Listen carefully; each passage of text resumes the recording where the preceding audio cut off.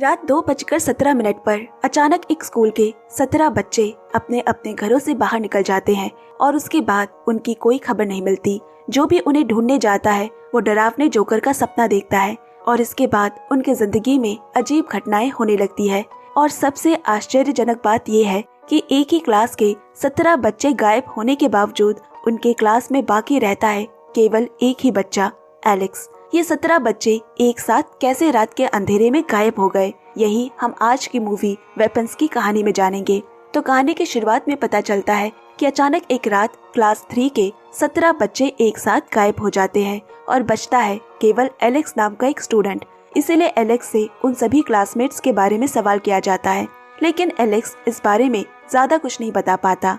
गायब हुए बच्चों के माता पिता कितना उन्हें ढूंढने की कोशिश करते हैं, लेकिन किसी भी तरह उन्हें कोई सुराग नहीं मिलता। और इसी तरह 1 महीने गुजर गया। कुछ माता पिता इमोशनल होकर उन बच्चों के क्लास टीचर जस्टिन को इन सब के लिए जिम्मेदार ठहराते हैं। वो जस्टिन को पूरी तरह से विच यानी जादूगरनी कहकर आरोप लगाते हैं। इस घटना की जांच के लिए पूरे 1 महीने तक स्कूल बंद रखा गया। 1 महीने बाद आज फिर से स्कूल खोला गया है।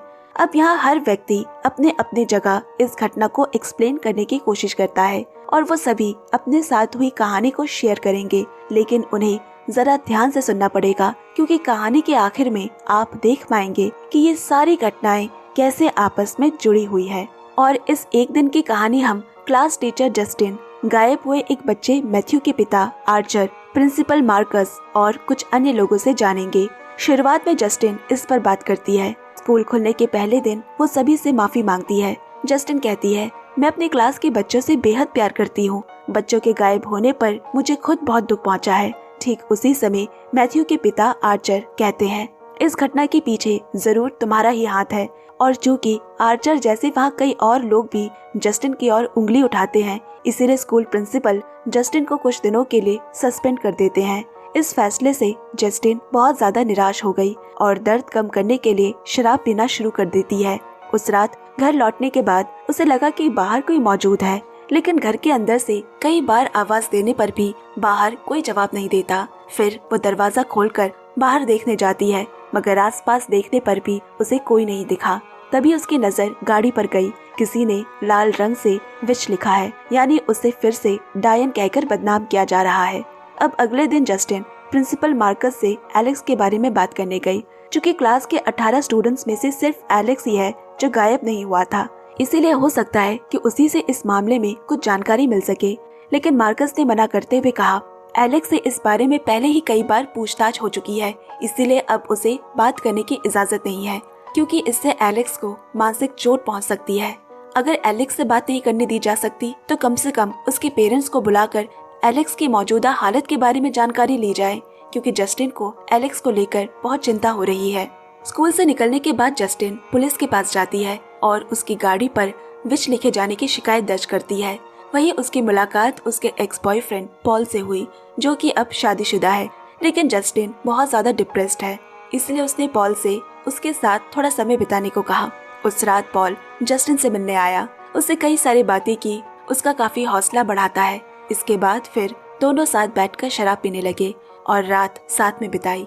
अगले दिन जब जस्टिन ने पॉल को गाड़ी से छोड़ा तो देखा कि स्कूल से छुट्टी के बाद एलेक्स अकेले ही पैदल घर जा रहा है। आमतौर पर बच्चों को उनके पेरेंट्स लेने आते हैं, लेकिन एलेक्स को इस तरह अकेले जाते देख जस्टिन को शक हुआ। वो एलेक्स का पीछा करते हुए उसके घर तक जा पहुंची, लेकिन काफी देर तक दरवाजा खटखटाने पर भी किसी ने दरवाजा नहीं खोला। तब उसने देखा कि एलेक्स के घर की खिड़कियों पर कागज चिपकाए गए हैं ताकि कोई अंदर न देख सके। लेकिन एक खिड़की में थोड़ी सी जगह खाली देखकर उसने अंदर झांकने की कोशिश की और देखकर पूरी शॉक्ड हो गई कि एलेक्स के पेरेंट्स बिल्कुल रोबोट की तरह सोफे पर बैठे हुए हैं। ये देख जस्टिन ने डरते हुए फौरन प्रिंसिपल मार्कस को फोन कर सारी बात बताई, लेकिन मार्कस ने उसे एलेक्स के घर से दूर रहने को कहा। अब जस्टिन सुपरमार्केट कुछ सामान खरीदने जाती है। वहाँ पॉल की पत्नी डोना जस्टिन को मारने लगी, क्योंकि डोना को पता चल गया था कि पॉल पिछली रात जस्टिन के साथ था। डोना जस्टिन को मार ही देना चाहती थी, लेकिन तभी एक सेल्समैन ने आकर डोना को रोका और जस्टिन किसी तरह जान बचाकर वहाँ से निकली। उस रात घर लौटने के बाद जस्टिन एक डरावना सपना देखती है, जहाँ वो सुनसान स्कूल में अकेले क्लास में पढ़ने जा रही होती है। क्लास पहुंचकर देखा कि सारे बच्चे सर झुकाए बैठे हैं। तभी एक बच्चा सिर उठाया जो कि एक भयानक जोकर के रूप में दिखाई देता है। उसी वक्त जस्टिन की नींद टूटी। खुद को संभाल कर उसने फिर से सोने की कोशिश की, लेकिन छत की ओर देखते ही उसे एक औरत फिर जोकर के भेष में लटकी हुई दिखाई देती है, जिसे देखकर तो वो बहुत ही ज्यादा डर गई। लेकिन दूसरी बार जब वहाँ देखा तो उसे कुछ भी नहीं दिखाई दिया। अब अगले दिन जस्टिन स्कूल के बाहर ही खड़ी है। वो एलेक्स से बात करने की कोशिश करती है, लेकिन एलेक्स गुस्से में उसे दूर रहने को कहता है और दौड़कर घर के अंदर चला गया। जस्टिन उसका पीछा करते हुए घर तक जाती है और दरवाजा खटखटाती है, लेकिन इस बार भी एलेक्स के पेरेंट्स कोई जवाब नहीं देते। एलेक्स के साथ आखिर क्या हो रहा है ये जानने के लिए वो उसके घर के सामने अपनी गाड़ी खड़ी कर वही रात बिताने का फैसला करती है और इंतजार करते करते वो वहीं सो गई। रात गहरी होने पर अचानक दरवाजा खुलता है। एलेक्स की माँ हाथ में कैंची लिए अजीब तरीके से जस्टिन की ओर चलकर आई, लेकिन कैंची से हमला करने की बजाय वो जस्टिन के सिर के कुछ बाल काट कर ले गई। अब हम इस समय की घटना मैथ्यू के पिता आर्चर के जरिए जानेंगे। बेटे के गायब होने के बाद से वो रात में ठीक से सो नहीं पा रहा था, न किसी काम में उसका मन लग रहा था। इसीलिए वो एक दिन पुलिस के बड़े ऑफिसर से इन बच्चों के गायब होने के बारे में बातें करने गया। पुलिस ने बताया कि अभी तक कोई सबूत नहीं मिला है। तब आर्चर बोला, मुझे पूरा यकीन है कि इन सब के पीछे क्लास टीचर जस्टिन का ही हाथ है, और अगर जस्टिन से ठीक से पूछताछ की जाए तो सारी सच्चाई अपने आप सामने आ जाएगी। ऑफिसर ने तब कहा, इस तरह तो किसी को गिरफ्तार नहीं किया जा सकता और जस्टिन को अरेस्ट करने लायक हमारे पास कोई ठोस सबूत भी नहीं है, क्योंकि बच्चे अपने अपने घर से एक साथ निकलकर दौड़ पड़े थे, जो किसी भी तरह जस्टिन के लिए पॉसिबल नहीं है। और पता चला कि उस दिन जस्टिन की गाड़ी पर विच आर्चर नहीं लिखा था, और जिस रात उसने ये किया उसी रात ठीक 2:17 पर आर्चर की नींद खुली थी। वो देखता है कि उसका बेटा मैथ्यू रात में दोनों हाथ फैलाए घर से बाहर दौड़ रहा है, लेकिन थोड़ी देर बाद जब मैथ्यू वापस घर लौट आया तो आर्चर घर के ऊपर एक बड़ी राइफल देखता है जिस पर लिखा होता है 2:17, और कुछ ही पलों में वो लिखा हुआ शब्द हवा में गायब हो गया। इसके बाद आर्चर मैथ्यू के कमरे में जाकर देखता है कि उसका बेटा बिस्तर पर लेटा हुआ है। उसने पूछा, तुम कहाँ गए थे और इतने दिनों तक कहाँ थे? बेटे के वापस आ जाने पर आर्चर तो बहुत ही ज्यादा खुश और इमोशनल हो जाता है, लेकिन तभी अचानक उसने मैथ्यू की जगह एक जोकर बने हुए औरत को सोया देखा और तभी उसकी नींद टूट गई। यानी ये सब कुछ एक सपना था। इसके बाद अगले दिन से आर्चर खुद ही इस मामले की जांच शुरू कर देता है, क्योंकि उसे समझ आ गया था कि पुलिस इसमें कुछ नहीं कर पाएगी। घर के बाहर लगे कैमरे में मैथ्यू के दौड़ने की फुटेज रिकॉर्ड हुई थी। अब वो शहर का एक मैप लाता है और जिस दिशा में मैथ्यू दौड़ा था उस और एक लंबी लाइन खींचता है। फिर वो दूसरे गायब हुए बच्चे के घर जाकर वहाँ के कैमरा भी चेक करता है। जिस दिशा में वो बच्चा गया था वहाँ एक और लाइन उसने खींची।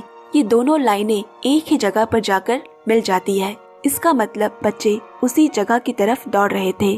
और ज्यादा जानकारी लेने के लिए इसके बाद वो जस्टिन से मिलने गया। जस्टिन उसे देखकर कहती है, मेरी कोई गलती नहीं है, मुझे इन सब के बारे में कुछ नहीं पता। आर्चर बोला, मैं सिर्फ बात करने आया हूँ, मैं तुम्हें दोष नहीं दे रहा। और ठीक उसी समय देखा कि अचानक स्कूल प्रिंसिपल मार्कस भी उन्हीं बच्चों की तरह दोनों हाथ फैलाए उनकी तरफ दौड़ते हुए आ रहा है। उनके चेहरे पर खून लगा है और आंखें बहुत बड़ी बड़ी हो चुकी है। वो दौड़कर जस्टिन पर झपट पड़ा। ये देखकर आर्चर मार्कस को रोकने की कोशिश करता है। मार्कस को देखकर ऐसा लग रहा है कि वो अपने कंट्रोल में नहीं है। अब हम इस घटना को पुलिस ऑफिसर के नजरिए से देखते हैं। उस दिन पॉल शहर में पेट्रोलिंग करते वक्त एक आदमी को किसी गली में घर के अंदर झांकते हुए देखता है। चोर समझकर पॉल उसे रुकने को कहता है, लेकिन पुलिस की गाड़ी की सायरन सुनते ही वो वहाँ से भागने लगा। पॉल ने भी पीछा करते हुए आखिर में उसे पकड़ लिया। उस लड़के का नाम जेम्स है और वो बहुत ज्यादा ड्रग्स का आदी है। चेक करते वक्त पॉल ने जेम्स की जेब में हाथ डाला, तभी ड्रग वाली सिरिंज से पॉल की उंगली में चुभ गई। पॉल एक सीनियर पुलिस ऑफिसर है, इसलिए अगर उसके शरीर में किसी भी तरह की ड्रग्स पाई जाती है तो उसकी नौकरी भी जा सकती है।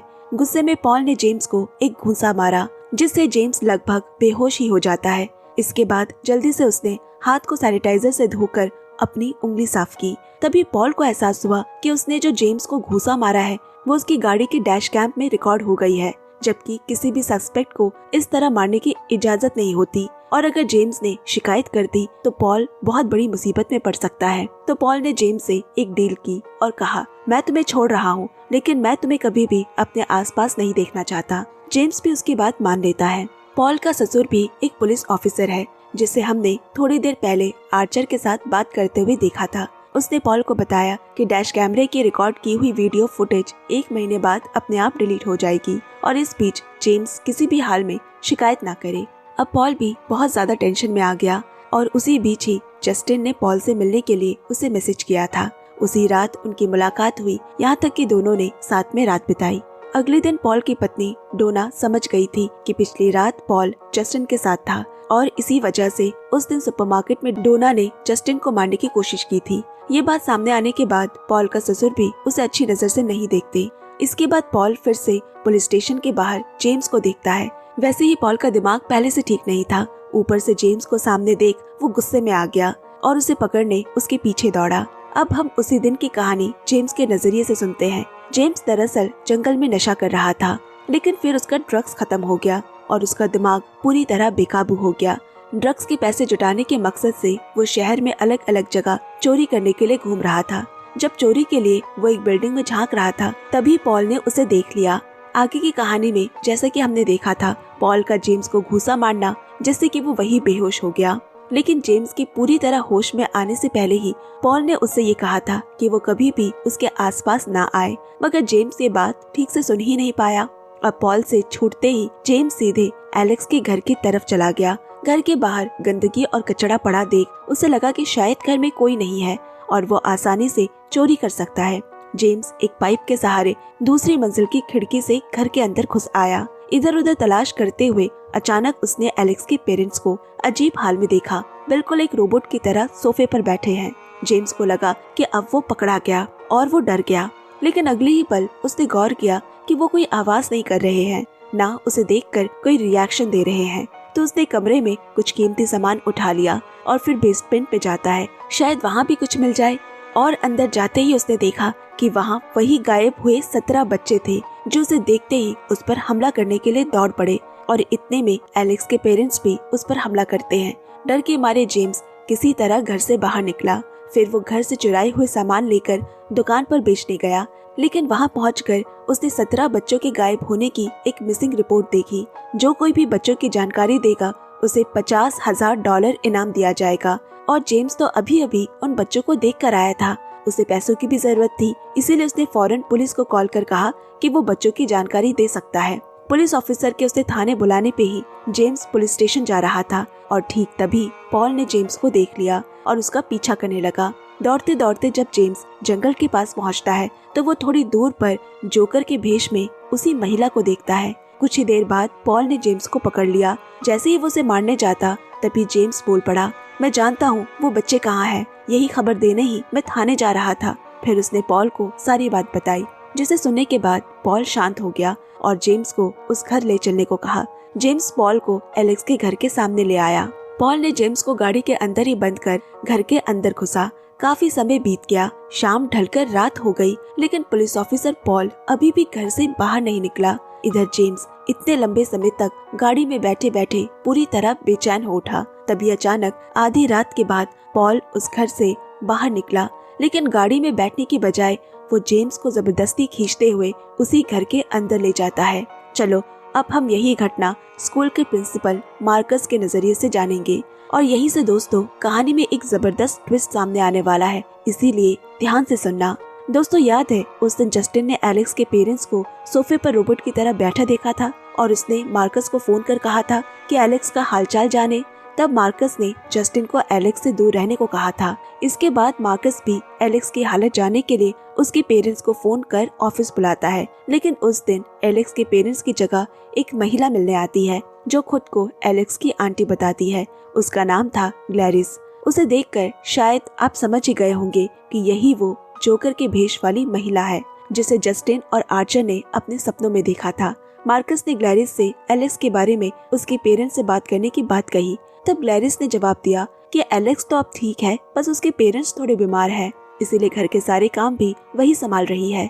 क्या उन्हें कोई गंभीर बीमारी है? मार्कस के पूछने पर ग्लैरिस ने कहा, नहीं ऐसी कोई सीरियस बात तो नहीं है, लेकिन फिलहाल वो घर से बाहर नहीं आ सकती। मार्कस फिर भी कहता है कि उसे एलेक्स के पेरेंट्स से बात करनी ही होगी क्योंकि ये बातें किसी और से नहीं की जा सकती। मार्कस की इस जिद पर ग्लैरिस बहुत गुस्सा हो गई। अगले दिन छुट्टी होने के बावजूद ग्लैरिस सुबह सुबह मार्कस के घर पहुंची। मार्कस ने उसे चले जाने को कहा क्योंकि वो छुट्टी के दिन कोई भी ऑफिशियल मीटिंग नहीं अटेंड करता। लेकिन जब ग्लैरिस ने पानी मांगा तो मार्कस का दोस्त उसे घर के अंदर बैठने देता है। अंदर आने के बाद ग्लैरिस अजीब तरीके से एक कटोरा भरकर पानी लाने को कहती है। इसके बाद देखा ग्लैरिस कांटों वाली एक डाली पर रिबन लपेटने लगी। ये रिबन दरअसल वो पिछले दिन मार्कस के घर से चुरा ले गई थी। रिबन लपेटने के बाद वो उसी कांटेदार डाली से अपने हाथों को काट लेती है और फिर अपना खून अच्छी तरह उस डाली पर लगा देती है। ये सब देख मार्कस और उसका दोस्त दोनों ही बहुत डर गए। इस दौरान उसने कैंची से मार्कस के दोस्त के सिर के कुछ बाल काट कर उन्हें भी उस डाली में लपेट दिया। जब मार्कस ने ये सब देखा तो वो जल्दी से 911 पर कॉल करने जाता है। तभी ग्लैरिस ने एक घंटी बजाई। घंटी की आवाज सुनते ही मार्कस अपने ऊपर से पूरा कंट्रोल खो देता है और अगले ही पल वो पूरी तरह ग्लैरिस के वश में हो गया। इसके बाद यहाँ ग्लैरिस ने उस डाली को तोड़ा और उधर मार्कस बिल्कुल मंत्रमुग्ध की तरह अपने सिर से अपने दोस्त के सर पर ही जोर जोर से हमला करने लगा। मारते मारते उसने अपना दोस्त का सिर बुरी तरह से कुचल डाला और उसका दोस्त वहीं मारा गया। इस वक्त मार्कस का पूरा चेहरा बेहद ही भयानक लग रहा है। अब ग्लैरिस उस डाली को पानी में डाल देती है और तभी मार्कस फिर से शांत हो जाता है।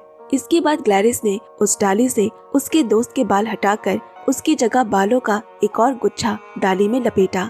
और दोस्तों, क्या आपको याद आ रहा है जिस दिन जस्टिन एलेक्स के घर के सामने बैठकर पहरा दे रही थी, उसी रात एलेक्स की माँ ने जस्टिन के सिर से बालों का एक गुच्छा काट लिया था और अब जो बाल वो महिला कांटेदार डाली में लपेट रही थी वो दरअसल जस्टिन के ही बाल थे। जैसे ही वो बाल लपेटने के बाद उसने फिर से डाली को तोड़ा, उसी पल मार्कस पागल की तरह जस्टिन पर हमला करने दौड़ पड़ा। आर्चर उसी समय जस्टिन को बचाने की कोशिश कर रहा है और जैसे कि हमें आर्चर की कहानी से पता चलता है, जस्टिन किसी तरह गाड़ी में बैठकर वहां से भागी। मार्कस भी उसके पीछे पीछे भागने लगा। उसी दौरान उसका सड़क के बीचों बीच भयानक एक्सीडेंट हो गया और वो वहीं मारा गया। तब आर्चर ने जस्टिन से कहा, अब उसे समझ आ गया कि बच्चों के गायब होने के पीछे उसका कोई हाथ नहीं था और इतने दिनों से उसने बेवजह ही उस पर शक किया। वो ये भी कहता है कि क्या तुम जानती हो, जिस तरह मार्कस दौड़ता हुआ यहाँ आया था, ठीक उसी तरह बच्चे भी गायब होने के समय दौड़ते हुए निकले थे। मुझे लग रहा है कि इन दोनों घटनाओं के बीच जरूर कोई न कोई कनेक्शन है। अब आर्चर ने जस्टिन को वो मैप दिखाया जिसमें उसने बच्चों के दौड़ने की दिशा के अनुसार लाइन खींची होती है और हर लाइन का एक मिरर पॉइंट निकाला था। उसे लग रहा है कि शायद सारे बच्चे वही मौजूद हो।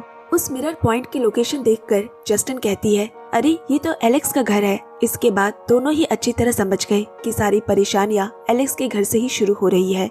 अब हमें ये पूरी घटना खुद एलेक्स की जुबानी सुनेंगे और आज की कहानी का असली रहस्य सामने आएगा। बच्चों के गायब होने से कुछ दिन पहले तक स्कूल में सब कुछ बिल्कुल सामान्य चल रहा था। फिर एक रात एलेक्स के पेरेंट्स एक बूढ़ी महिला को अपने घर ले आते हैं जो रिश्ते में एलेक्स की माँ की आंटी बताई जाती है। हालांकि उन्होंने इस महिला को पिछले 15 सालों से नहीं देखा था और वो उनकी शादी में भी नहीं आई थी, लेकिन आंटी कहकर पहचान देने पर एलेक्स की माँ उसे घर में रहने और उनकी सेवा करने के लिए ले आती है। अगले दिन सुबह एलेक्स ने जिज्ञासा से उस महिला के कमरे में झांका। वहाँ कुछ नकली बाल और एक कांटेदार बॉन्साई पौधा देखता है। फिर जब बिस्तर की तरफ उसने देखा तो उसे वहाँ एक बेहद डरावनी बूढ़ी औरत लेटी हुई नजर आई, जिससे एलेक्स उस दिन बहुत बुरी तरह से डर गया। इसके बाद एलेक्स के पिता रोज की तरह उसे गाड़ी से स्कूल छोड़ दिए। स्कूल खत्म होने के बाद एलेक्स हमेशा की तरह अपने पिता का इंतजार कर रहा होता है, लेकिन काफी देर तक खड़े रहने पर भी वो उसे लेने नहीं आए। मजबूर होकर एलेक्स पैदल ही घर लौट आया, मगर घर में घुसते ही देखा कि उसके माँ बाबा बिल्कुल रोबोट की तरह सोफे पर बैठे हैं। एलेक्स ने पूछा, आप लोगों को क्या हुआ है? तभी वो बूढ़ी अपने कमरे से बाहर निकली। सुबह जो महिला उसे 100 साल की बूढ़ी लग रही थी, अब वो काफी कम उम्र की दिख रही होती है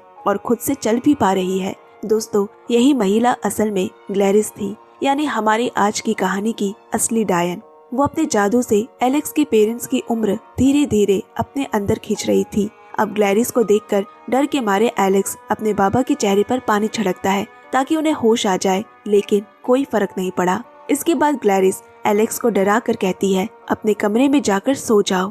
अगली सुबह देखा गया कि ग्लैरिस की उम्र और भी कुछ कम हो चुकी है और उस दिन स्कूल जाने के समय ग्लैरिस एलेक्स से बोली, अगर बाहर के किसी भी इंसान को पता चला कि इस घर में क्या हो रहा है तो इसका नतीजा बिल्कुल भी अच्छा नहीं होगा। इतना कहकर उसने कांटेदार डाली पर अपनी उंगली काटी और उस पर खून लगा दिया, जिस पर पहले से ही एलेक्स के माँ बाबा के बाल लिपटे हुए थे। इसके बाद जैसे ही वो डाली तोड़ी, वैसे ही एलेक्स के पेरेंट्स कांटा चम्मच से अपने ही चेहरे पर हमला करने लगे। बेचारा छोटा सा एलेक्स ये सब देखकर बहुत ही ज्यादा डर गया और उन्हें रोकने की कोशिश करता है। तभी ग्लैरिस ने डाली को पानी में डाल दिया और वो शांत हो गए। इसके बाद ग्लैरिस फिर से एलेक्स को धमकाते हुए बोली, अगर तुमने मेरे बारे में किसी को कुछ भी बताया तो मैं तुम्हारे माँ बाबा को पूरी तरह मार डालूंगी। इसके बाद कुछ दिनों तक एलेक्स नॉर्मल तरीके से स्कूल जाता रहा। एक दिन ग्लैरिस उसे कहती है, मैं फिर से बीमार हो रही हूँ। तब एलेक्स ने पूछा, आप अस्पताल क्यों नहीं जाती? ग्लैरिस ने जवाब दिया कि उसने सोचा था एलेक्स के माँ बाबा के जरिए वो ठीक हो जाएगी, लेकिन अब ऐसा हो नहीं पा रहा। फिर वो एलेक्स को कहती है, अगर तुम अपने क्लास के बच्चों के इस्तेमाल की हुई कुछ चीजें मुझे ला दो तो मैं बिल्कुल ठीक हो जाऊंगी और तुम्हारे माँ बाबा को भी पहले जैसा बना दूंगी, यहाँ तक कि यहाँ से चली भी जाऊंगी। इसीलिए अगले दिन एलेक्स अपने माँ बाबा को बचाने के लिए हर स्टूडेंट की नेम प्लेट उतार कर ले आता है, जिसके बाद ग्लैरिस ने उन बच्चों की नेम प्लेट का इस्तेमाल कर काला जादू करने लगी। फिर ठीक रात 2:17 पर ग्लैरिस घंटी बजाती है और तभी उसकी वशीकरण में सारे बच्चे अपने अपने घरों से निकलकर एलेक्स के घर की ओर चले आए। एक एक करके पूरे 17 बच्चे एलेक्स के घर में घुसे और अगले दिन एलेक्स अकेला ही स्कूल जाता है, जैसा कि हमने कहानी की शुरुआत में देखा था। इसके बाद ग्लैरिस ने उन सभी बच्चों के बाल काट कर उन्हें भी अपने वश में कर लिया। जब जांच करने के लिए पुलिस घर आई तो उसने सभी को बेसमेंट में भेज दिया और खुद एलेक्स की आंटी बनकर पुलिस से बात की। इधर अपने माँ बाबा और क्लासमेट्स को जिंदा रखने के लिए एलेक्स खुद अपने हाथों से उनके लिए सूप बनाकर खिलाता रहता है और इसी तरह 1 महीना गुजरा। अब कहानी फिर से आज में लौट आई। स्कूल से लौटने के बाद एलेक्स ने देखा कि ऑफिसर पॉल और वो ड्रग एडिक्ट जेम्स रोबोट की तरह उसके घर के अंदर खड़े हैं। ग्लैरिस उस वक्त बोली, अपने कपड़े समेट लो, हम कल ही ये घर छोड़कर चले जाएंगे। उसी रात जस्टिन और आर्चर एलेक्स के घर आते हैं, क्योंकि उन्हें शक तो हो चुका था कि यहाँ कुछ न कुछ जरूर है। काफी देर इंतजार करने के बाद देखा कि एक पुलिस ऑफिसर दरवाजा खोलकर उन्हें अंदर आने का इशारा कर रहा है। जस्टिन एक नजर में ही पहचान ली कि ये पॉल है, लेकिन पॉल अचानक एलेक्स के घर में क्या कर रहा है, ये जस्टिन को कुछ अजीब लगा। दोनों जल्दी से घर के अंदर गए, लेकिन पहले तो उन्हें वहाँ कोई दिखाई नहीं देता। तभी अचानक दूसरी तरफ से जेम्स ने आकर आर्चर पर हमला कर दिया और पॉल जस्टिन को पकड़ लेता है। इसके बाद उनके बीच भारी हाथापाई शुरू हो गई। जेम्स को बार बार मारने के बावजूद भी वो उसे रोक नहीं पाते, क्योंकि जेम्स के अंदर अजीब सी अलौकिक शक्ति आ चुकी थी। उधर पॉल भी जस्टिन की गर्दन दबाकर उसे मारने की कोशिश कर रहा था। जस्टिन ने किचन से एक मशीन उठाकर पॉल के गाल की चमड़ी उधेड़ दी, लेकिन फिर भी पॉल कोई रिएक्शन नहीं देता। वो और जोर से जस्टिन का गला दबाने लगता है। अब आखिरी पल में खुद को बचाने के लिए जस्टिन ने पॉल की कमर से बंदूक निकाली और पॉल को वहीं मार डाला। इसके बाद आर्चर को बचाने के लिए भी उसने जेम्स पर गोली चलाई। इधर एलेक्स अपने कमरे के सामने नमक से बने लाइन पर पैर रखते ही देखता है कि उसके माँ बाबा भयानक रूप में उसकी ओर बढ़ रहे हैं। उसने भागकर एक कमरे में जाकर दरवाजा बंद कर लिया। दूसरी तरफ आर्चर ने भी बेसमेंट में गायब हुए बच्चों को देख लिया, लेकिन उस वक्त उनमें से कोई होश में नहीं था। अपने बेटे मैथ्यू को ढूंढते वक्त अचानक ग्लैरिस ने आर्चर पर हमला कर दिया। दरअसल उसने आर्चर की गर्दन से एक चेन निकाल ली और उसी के जरिए उसे अपने वश में कर लेती है। इसके बाद वश में आर्चर भी जस्टिन पर हमला करता है। तभी एलेक्स एकदम सही वक्त पर एक परफेक्ट कदम उठाता है। इतने दिनों तक वो ग्लैरिस को ये काला जादू करते हुए देख रहा था और अब वो खुद भी सीख चुका था कि ये जादू कैसे किया जाता है। मौका देखकर वो ग्लैरिस से बच्चों के बाल लगे हुए उस डंडे को चुरा लेता है और फिर ग्लैरिस द्वारा इस्तेमाल की गई नकली बाल से कुछ बाल लेकर उसी तरह डंडे में बाल लपेटकर ग्लैरिस की तरह डंडे को जैसे ही तोड़ा, तुरंत ही वश में किए गए 17 बच्चे ग्लैरिस पर ही उल्टा हमला करने को टूट पड़े। अपनी जान बचाने के लिए ग्लैरिस भागने की कोशिश करती है, लेकिन बच्चे दरवाजा खिड़कियां तोड़कर ग्लैरिस को पकड़ लेते हैं और फिर उसके शरीर के हर हिस्से को नोच नोच कर अलग कर देते हैं। एक बहुत ही भयानक मौत उसे मिलती है। शायद उसकी किस्मत में ऐसी ही मौत लिखी थी। कुछ ही मिनटों में ग्लैरिस का अस्तित्व पूरी तरह खत्म हो जाता है। साथ ही सभी लोग उसके किए हुए काले जादू से भी आजाद हो जाते हैं। आर्चर भी होश में आ गया। जस्टिन भी किसी तरह अपनी जान बचा लेती है। एलेक्स के पेरेंट्स भी शांत हो चुके हैं। इसके बाद आर्चर भी मैथ्यू को ढूंढकर उसे गले लगाता है। असल में एलेक्स के ही इसी हिम्मत के कारण वो अपने पेरेंट्स को उस भयानक डायन के हाथों से बचा पाया। अब काफी समय बीत जाने के बाद भी बच्चे अभी तक उस ट्रॉमा से बाहर नहीं निकल पाए हैं। यहाँ तक कि कई बच्चे ठीक से बोल भी नहीं पा रहे। सच में नेक्रोमेंसी या काला जादू बेहद ही खतरनाक चीज है और अब तो लोगों पर भरोसा करना भी मुश्किल हो गया है। एलेक्स के माँ बाबा ने भरोसा करके उस औरत को अपने घर में पनाह दी और उसी एक औरत ने पूरे शहर के लोगों की जिंदगी बर्बाद कर दी। तो दोस्तों, आज की कहानी आपको कैसी लगी कमेंट्स में जरूर बताना। और हाँ, सावधान रहना, अपनी कोई भी पर्सनल चीजें किसी को मत देना, क्योंकि पता नहीं कब कौन नुकसान कर दे। और वीडियो को ढेर सारा लाइक और शेयर कर हमें सपोर्ट करते रहे दोस्तों। और हाँ, हमें हाइप कमेंट्स भी जरूर दे ताकि दूसरों तक भी ये वीडियो पहुंच सके। तो जल्द मिलते हैं अगली नई कहानी के साथ। Bye bye, take care.